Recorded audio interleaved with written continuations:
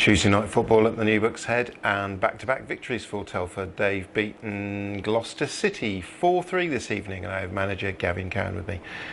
Gavin, real seesaw game that one. Probably saw two sides of your side within the same game. I'm pleased with the result. Yeah.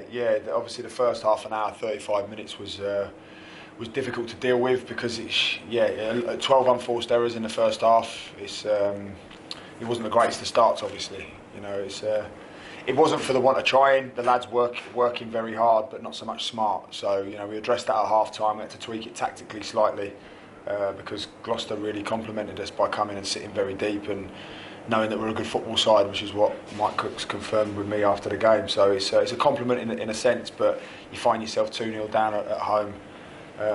It's just good that everybody stuck together and we managed to get in at half time, make some adjustments, and the credit to the lads, they really took it home in the second half. Sure. Obviously, that second half performance is probably what everybody's going to be talking about because, I say 2-0 down, back to 2-1 at half time, but still a lot of work to do there, isn't there? Yeah, I mean, ultimately, it is a 90-minute game, isn't it? 95 minutes this evening. So, funny enough, when we went 2-0 down, I turned to the bench and just said, in a perverse way, that might help us out. Because 1-0, there's still that air of uncertainty. You don't want to concede the next goal. Whereas when you're losing 2-0, you can just go hell for leather.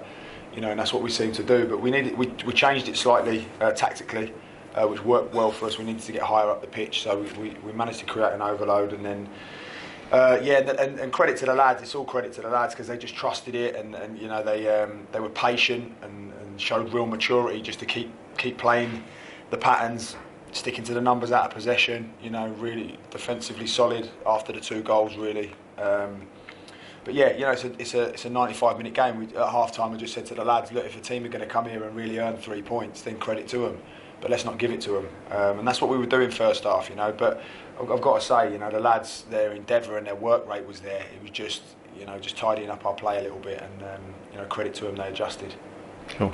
Pleasing to see the forwards getting some goals as well. Obviously, Brendan Daniels with the free kick for the first one, but Marcus Denanga's first of the season, one for Aaron Williams as well. So nice to see that starting to click a little. Yeah, brilliant. They again.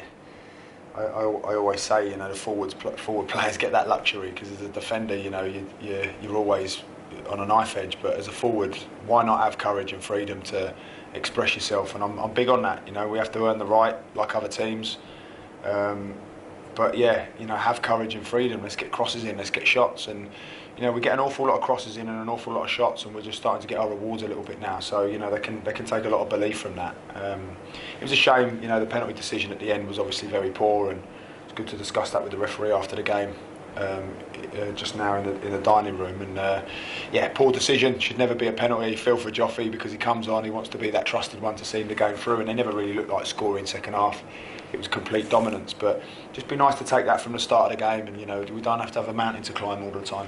Sure, and that's 7 goals in 2 games now. So obviously some of that creativity is starting to emerge, isn't it? Again. Yeah, it's good. Like I say, it's forward players. They have the luxury. What's the worst that's going to happen? You're going to kick it over the stand. Just cross the ball and commit to it. I think last year we played Southport away. We ended up winning 4-0. But I think the first thing Brendan did was wrap a cross in. It went behind the goal. But I'd rather him take that safety catch off and with his delivery. Every now and again we are dealing with Conference North players. Yes, some of them might be able to play a bit higher, but they're going to make mistakes. I think you have to embrace that and encourage them to keep doing it, because when they do hit the button, you see tonight when the lads do click, they click properly. Sure. On to Saturday now, and Brackley Town away. Brackley are a good opposition, aren't we? So a stiff challenge, I think. Yeah, really good side, and the team that Kev has assembled and the group is a real strong one. They know how to win football matches, and I'm sure they'll be very eager to get on track. But like we will be, it'll be a tough game for us, but it will be certainly a tough game for them. So it'll be a good measure of where both teams are at, I think. Okay, that's great, Gavin. Thanks for your time. Cheers, Rich. Cheers. Thank you.